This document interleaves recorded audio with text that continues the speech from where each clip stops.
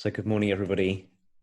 Welcome. This is Turning Towards Life with Lizzie and Justin from Thirdspace. We are here live again Sunday morning at 9 o'clock in London, and so pleased to be here for what is, I think, Lizzie, our 116th week of this. Woo-hoo. I always find it fun to count. So we're so glad to be doing this again, and we have a wonderful, beautiful source for us that Lizzie has chosen, and I want to welcome all of you, those of you who've joined us for the first time this week live on Facebook, or listening on our podcast, or watching us later on YouTube. You're all so welcome to be with us, and it is, of course, what makes this possible to do. So I know, Lizzie, I'm extraordinarily glad that we have this practice between us. And I know we say this to one another very often, but even if nobody else were listening or watching, this would be deep and true and meaningful for us to be in this conversation. So it's very beautiful that we get to share it with other people. Mm. And if there weren't people listening and watching, we might not do it. Yeah, both are true at the same time. Yeah. Like this morning, I might not have made it down the stairs to be here and do this if there wasn't something bigger at stake as well. So I so appreciate the support of there being people who do listen, because it's quite something to keep doing something again and again, as we all know. Like if we've ever tried to do a practice or a meditation or something, and the kind of support from community that this is to do this is quite extraordinary for me. So I'm really grateful as well that there's something at stake other than me, because I'm much better at practicing when there's something wider happening than just me doing it on my own with my own sense of self-discipline, which wanes very frequently. But this doesn't, because I feel very committed to this whole thing. So I'm very grateful to feel supported in doing this. It's really wonderful. Lizzie, before we begin with the source, I just want to say to everyone who's with us, just a reminder where you can find us, which is turningtowards.life. And also the bigger work that this comes from, we are thirdspace.org. And I just want to point everyone to something very specific there, which is that our very wonderful colleague Sue Braithwaite is going to be running our 2-day introduction to the work that we do, which is called Foundations of Coaching. Of course, the kind of coaching that we do has the name integral coaching or integral development coaching, and it's happening in February on the 15th and 16th, which is a weekend in London. And if you'd like to find out more about it, just head over to wearethirdSpace.org, and we would love to welcome you there. Yes, and Sue is quite an extraordinary, brilliant person to learn with as well. So I would invite you, if you can and you want to. Sue's beautiful at doing this work. So this source, the piece of world things, I feel like it came to me because I feel very much in the practice of coming back to the moment at the moment. Like the consequences of things going wrong, I think being a new mum and having a tiny being to take care of feel really huge. And so I've been trying to practice this thing of, is everything okay right now? Is everything okay right now? And this source really screamed to me of this practice, which is about being here. And when I say being here, I mean like being with big letters, and then here in big letters. And so I read it, and it really soothed me, and it really helped me. And I read it a number of times, and I've read it more times since I found it, to keep this coming backness really present in my life when I think of all the things that might happen, of getting ill or dying, or what's happening to the world, or the bushfires in Australia, or whatever it is. I can find many, many things that are not made of the piece of wild things. And so to come back to this feels very helpful to me in my practice right now. So this is called The Piece of Wild Things by Wendell Berry. When despair for the world grows in me, And I wake in the night at the least sound, in fear of what my life and my children's lives may be. I go and lie down where the wood drake rests in his beauty on the water, and the great heron feeds. I come into the peace of wild things who do not tax their lives with forethought of grief. I come into the presence of still water, and I feel above me the day-blind stars waiting with their light. For a time, I rest in the grace of the world and am free.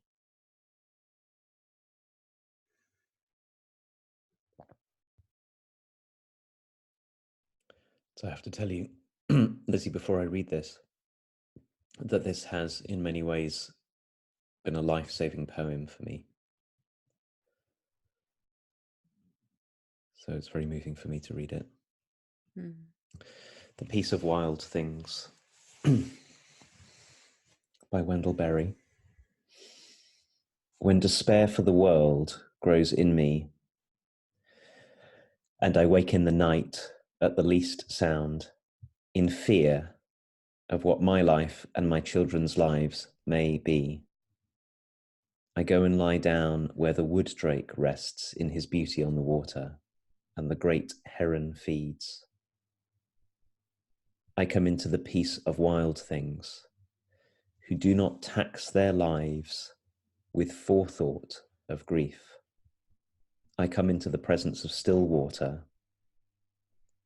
and I feel above me the day-blind stars waiting with their light. For a time, I rest in the grace of the world and am free.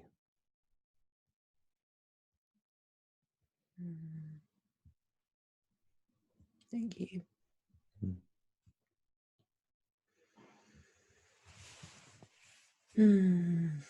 So the line that just flew into my heart as you were reading, Justin, was I come into the peace of wild things who do not tax their lives with forethought of grief. I feel like recently I've been really in touch with the way that grief is love, and how love and grief feel so, I don't know what the word is, but scary is an understatement. Kind of shattering, really. And in a way that helps me find a way to make meaning of life, because without love and without grief, how would I make any decisions and decide what to do with this precious life of mine? And yet there's a way I can really, really frighten myself with my very overactive imagination of what might come to be, and how I might not be able to handle it, and how I would be smashed to smithereens, and I feel afraid. And in that frightened state, I'm definitely not sane.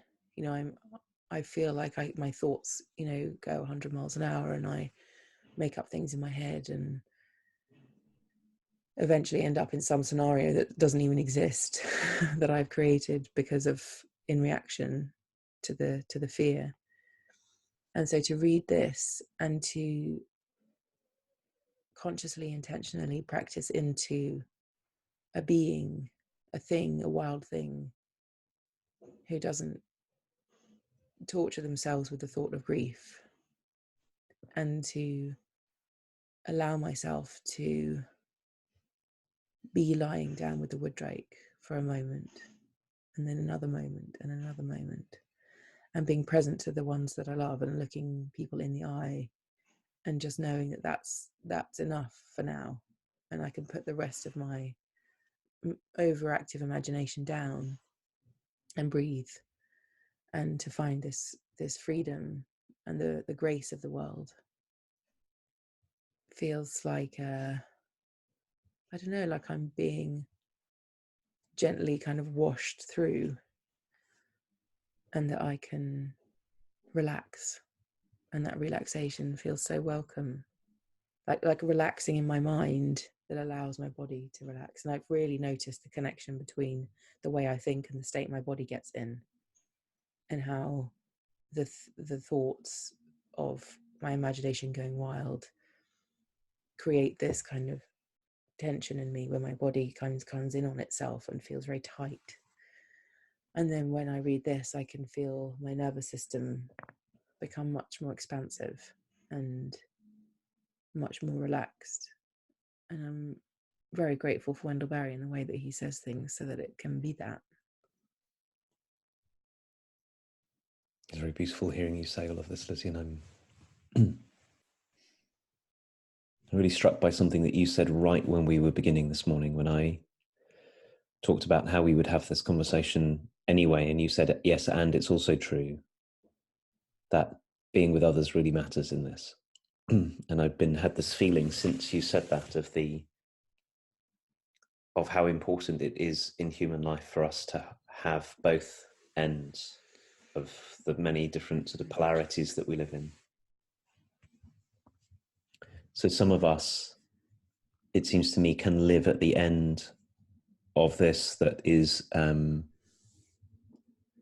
well, I won't feel anything. I won't feel any of the loss, and I won't feel any of the love. And that way I'll keep myself protected.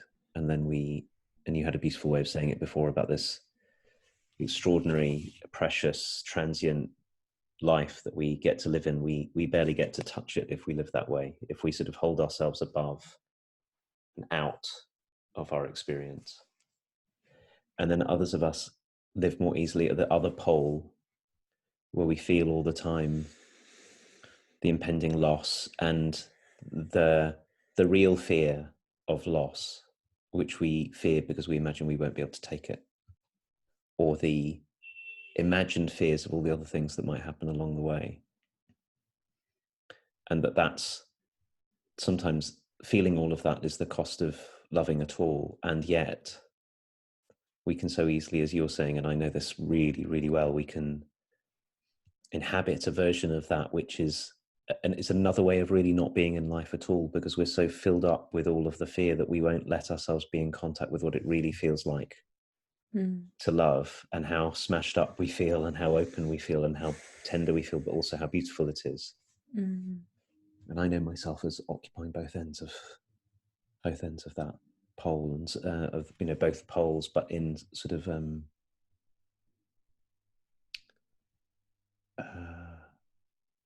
I'm at one end or the other with such intensity that I'm away from life, it's sort of like a protective something, when what I really long for is to be really deeply in contact with life. And I think very often one of the things that keeps me at either end in that sort of intensity is I won't be able to take it if I really felt what it was like to be in life right here, right now, how much my heart would burst open at seeing my children, or seeing my friends, or seeing you, or seeing or doing something that matters.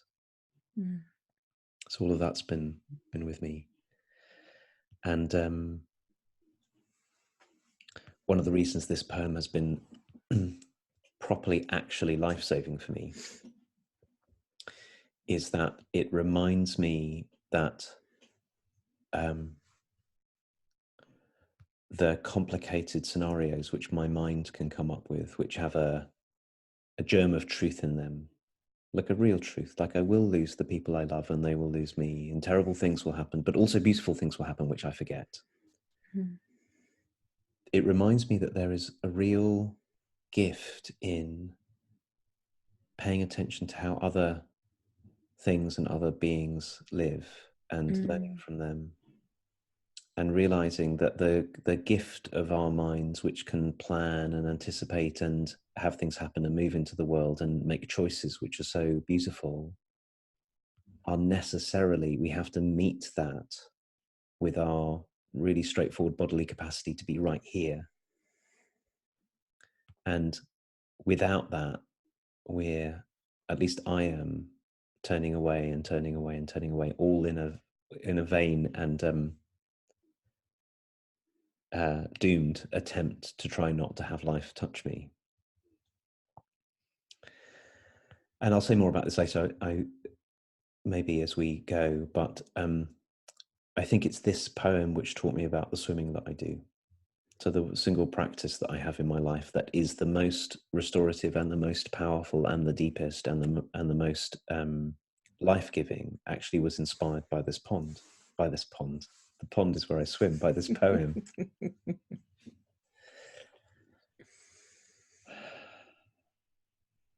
So yes, I think this is the last thought of mine just for now, is it is something to remember to live as the wood drake does. Or as I love this line, the day blind stars. Yeah, me too. Like sometimes I think that Wendell Berry is reminding us that there is a gift in a kind of purposeful setting aside of one way that we see for a while so that we can let another one, not to replace it or to obscure it, but so another one can take its place and we can be day blind for a while, or we can live for a while not taxing our lives with forethought of grief. Boy, do we need that. In fact, all of us need whatever it is, whatever is the other that we're not allowing ourselves to encounter, we're not allowing ourselves to include. That's what we need. This is a good one for those of us who go fearwards. Yeah. Absolutely. I really love what you just said, Justin. It feels linked to a couple of episodes ago where we were speaking about, as human beings, there is a possibility to see and be differently than we are now. There just is.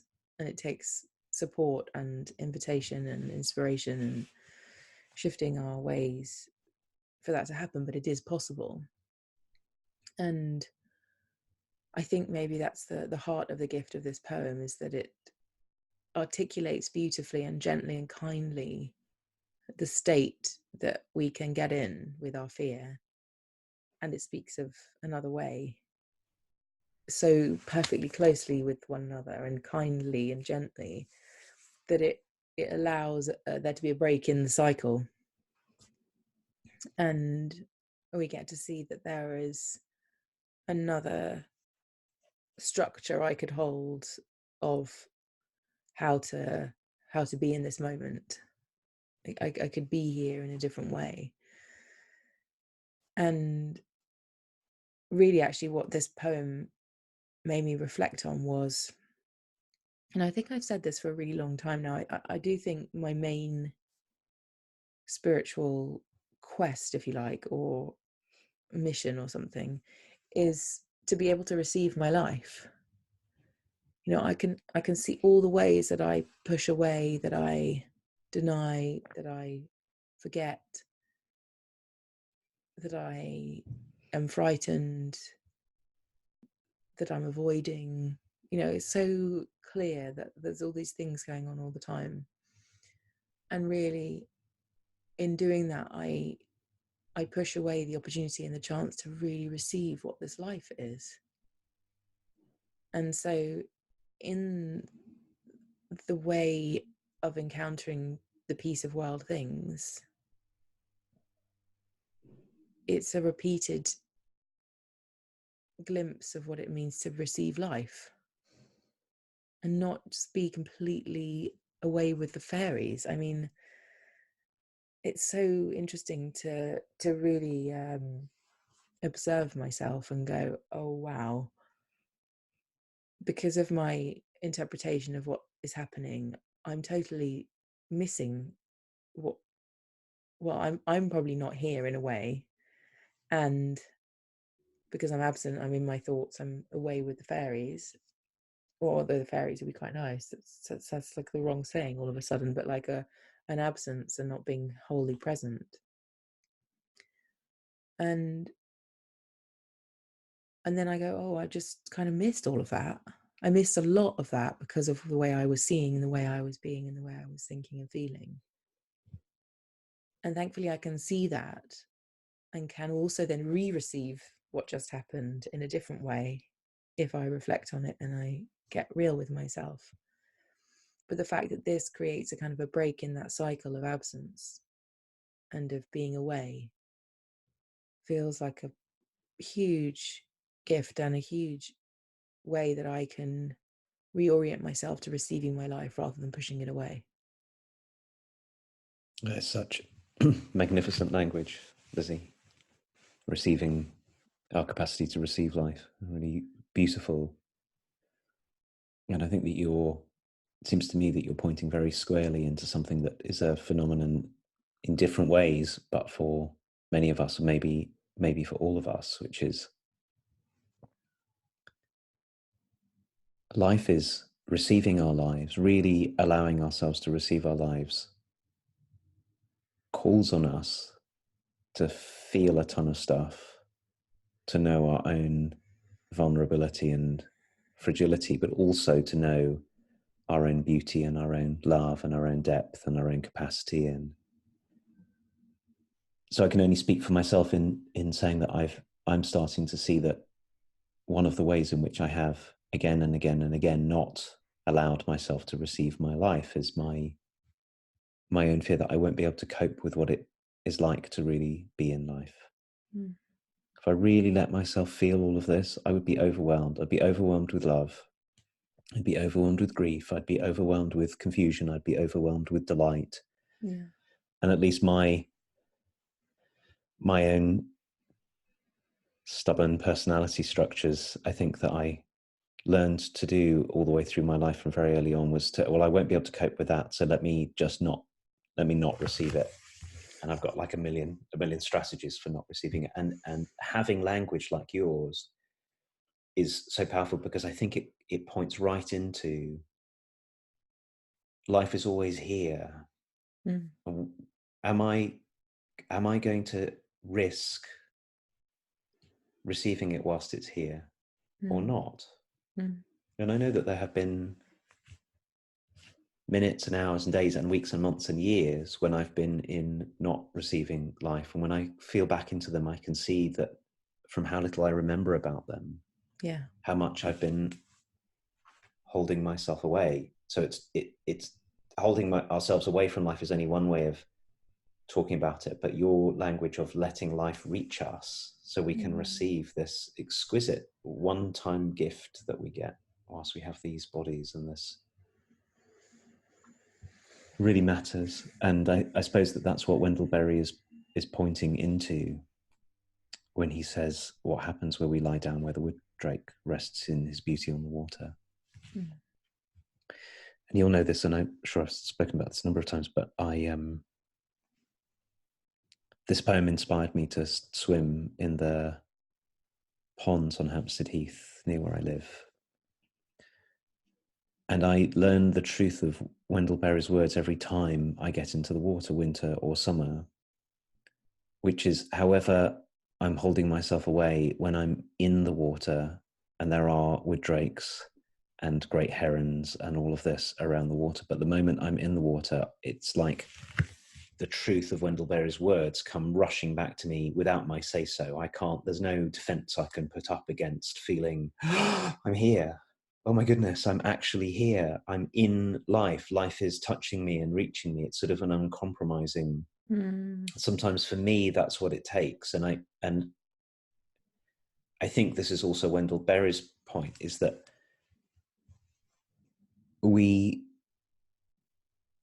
it's often, well, at least for me, maybe for him, not enough just to sort of try and imagine myself into something. I actually really helps to put my body in a different place, to be in circumstances which will teach me other things about life. And that means being out of my office and out of my house and not on the train and not in a busy street.